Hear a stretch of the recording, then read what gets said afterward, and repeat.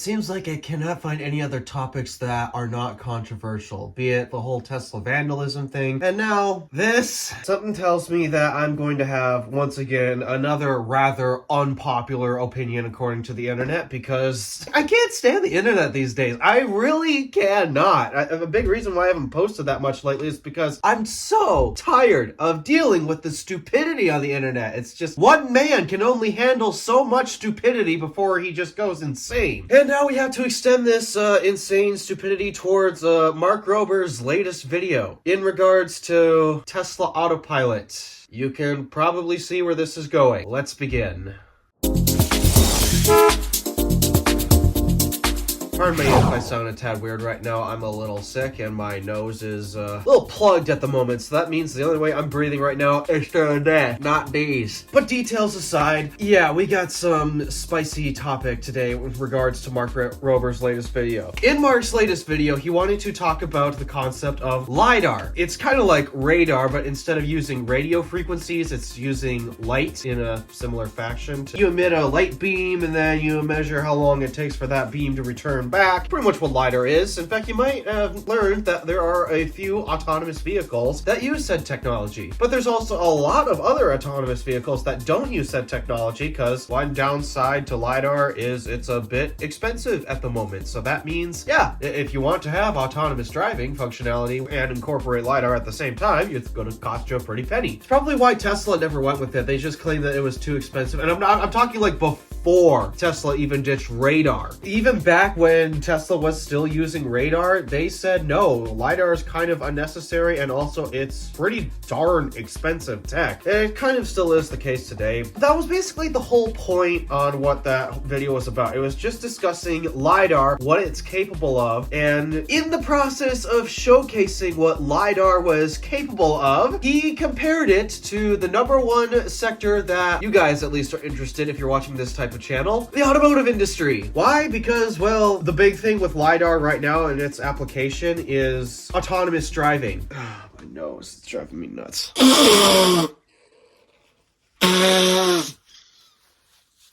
How much snot can a human produce? Because this is getting ridiculous. So yeah, basically what everyone turned this whole video concept into was, oh no, it's not about showcasing what LiDAR is and what it's capable of, it's now LiDAR autonomous driving systems versus Tesla Autopilot!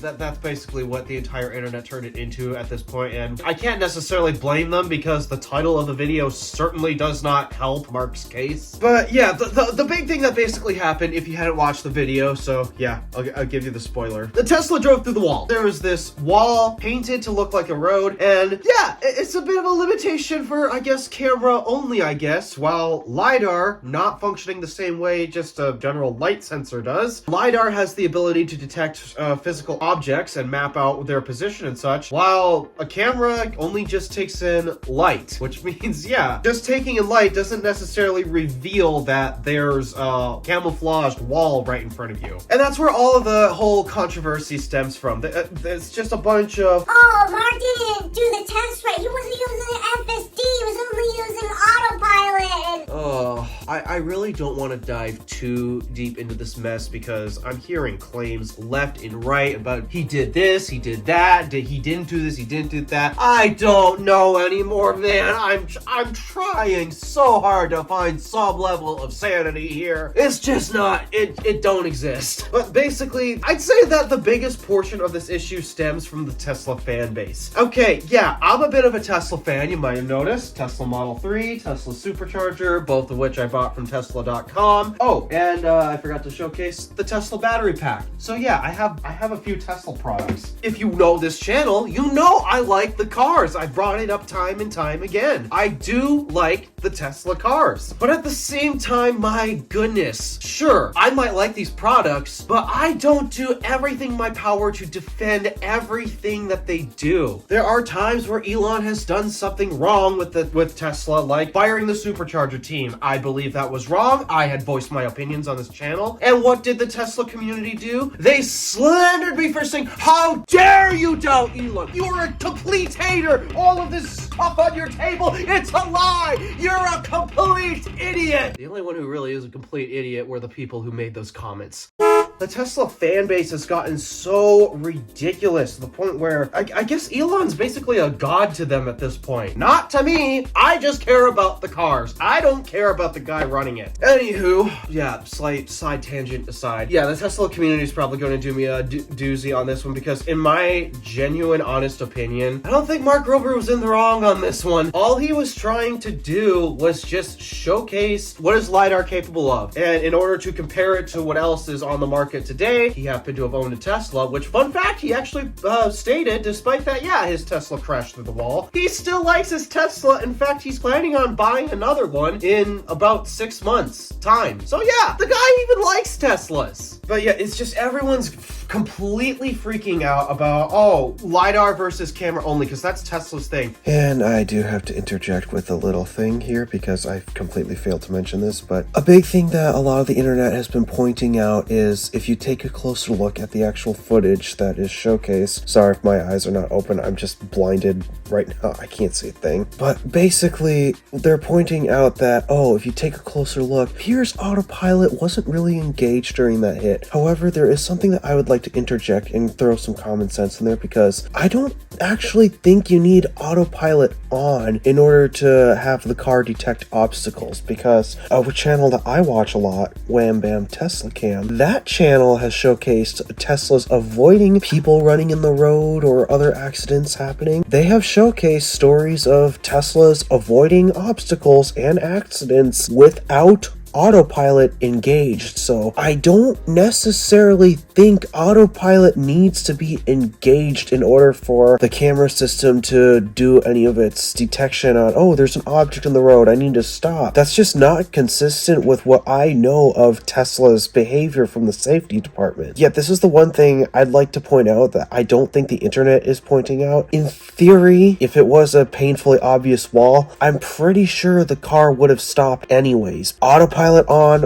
or not, that should have just kicked in the car's safety features. I just wanted to throw that out there because, again, the behavior that's being described about Autopilot needs to be on in order for the car to stop in front of a wall in general, that's not consistent behavior with what I've seen from a handful of reports on Wham Bam Tesla Cam. Tesla believes that FSD doesn't need radar or LiDAR. All it needs is just like the same two eyes that us human drivers use, right? Like we don't have built-in LiDAR scanners or radar scanners in our foreheads or whatever. No, the way we drive is we just use our eyes. Sometimes our ears. Your ears can be important when driving time to time. But yeah, most of the time, we just use our eyes. And for the most part, our eyes have done us a fairly decent job. But in my genuine, honest opinion, from a safety perspective, this is the only thing that I care about when it comes to autonomy. I really don't like the idea of the car driving itself. I prefer to drive the car myself. I said this before, I'll say it again. I don't care for FSD. I do not plan on buying FSD with my Tesla unless the internet really wants me to make a bunch of FSD content. But in terms of my normal daily driving life, I don't care for any of those autonomy features at all. I just want to drive the car myself. And yes, I have tried FSD. Do not say I have not. I have tried FSD. My goodness, I really don't know where to continue with this video because it's just, I'm tired of watching obvious stupidity unfold right in front of my eyes. And I can't say anything about it because if I do, I'm basically arguing with a bunch of idiots. So it doesn't matter. I lose either way. But basically, oh, where was I? Oh, yes.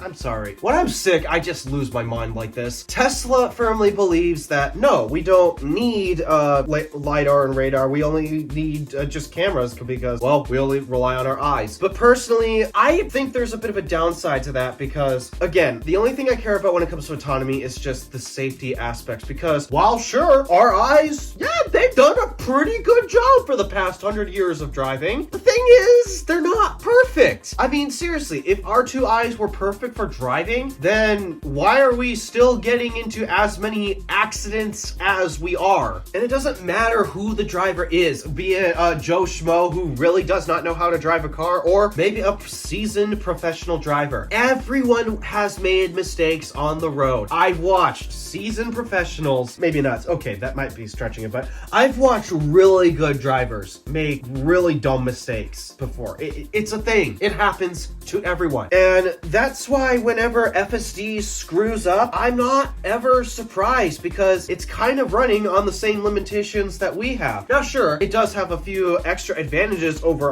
our R2Is because, for one, it's using more than 2 cameras, if I recall. There's 3 in the front, right above the mirror. Then you got the side cameras, the repeater cams, and then basically, they're using more than 2 cameras to figure out everything out, which in my opinion is good. More inputs doesn't necessarily mean bad, unlike what Elon has just completely convinced the Tesla fan base to believe. Well, yeah, every now and then you might have a sensor give a false input. That can happen, but at the same time, having more inputs isn't the worst thing in the world because every input can have its advantages and its disadvantages. It'll have its great foresight and also its blind spots. I know, I'm making a lot of sense, aren't I? On the contrary, despite that I sound like, oh, Tesla's vision-only system isn't safe at all, if I'm gonna be honest, what Tesla's been able to accomplish with their vision-only system, it's darn impressive. Seriously, massive props to Tesla for managing to make as good of an autonomous system as they can with the limitation of cameras only. But I have just seen too many incidents time and time again where camera only has become a problem in many instances. Like, for example, on the Out of Spec Dave channel, Dave brought up that his wife Kathy had a slight fender bender with her Model Y because the ultrasonic sensors are gone, because we don't need them, we only need our 2 eyes, right? That's the Tesla way, I guess. And because of no ultrasonic sensors and of the limitation of where those cameras are placed, the car had no idea it was about to run into a bollard, and it hit a bollard. That's not good. Then there's Drew from Talos of EV, where his cameras got blinded by the sun and completely missed a pothole, and that pothole ended up popping 2 of his tires, which, funny enough, he actually had a tire problem like a week prior before FSD did its thing. But yeah, for whatever reason, the FSD camera system did not detect that there was a pothole, and it basically drove the car straight into a pothole and blew 2 of the tires. The most common excuse that people will say is, oh, are you using the latest version? I don't care what version of the software it's on. Well, yes, software can make a difference. Software tuning, software calibration, it can make a difference. The thing is, the hardware that the software has available to it also makes a difference. Take, for example, you know, I'll bring it back to smartphones. A smartphone with a faster processor is going to perform better than a smartphone with a slower processor. A car with a V8 engine is going to perform better than a car with a 4-cylinder engine. That's kind of how it works. And that's kind of the issue that FSD kind of has. And while Tesla's done an amazing job at getting around these limitations and trying to prove a point that we can make an amazing system without all this hardware, that is impressive what they did. But the thing is, limiting themselves to cameras only and only one type of input, that's only going to get you so far. It's kind of like how our eyes can only get us so far when it comes to driving. And so honestly, I don't actually think it matters what update or what software tuning is going to be applied to these cameras. Ultimately, cameras do have limitations, and you can try to software program your way around these limitations best you can, but my goodness, it's kind of better just to have a more proper and appropriate tool instead of trying to software program your way around it. And so this is why I don't think Mark was in the wrong for showcasing this whole Model Y blowing straight through a painted wall to trick FSD or Autopilot or whatever. The whole Tesla community, I think, is blowing this way out of proportion and giving Mark a lot of unjust hate for it. It just doesn't make sense to me. I watched the video, and honestly, I expected that Tesla to blow right through the wall because I have a pretty good idea on how cameras work, and last I checked, cameras only collect light. They don't measure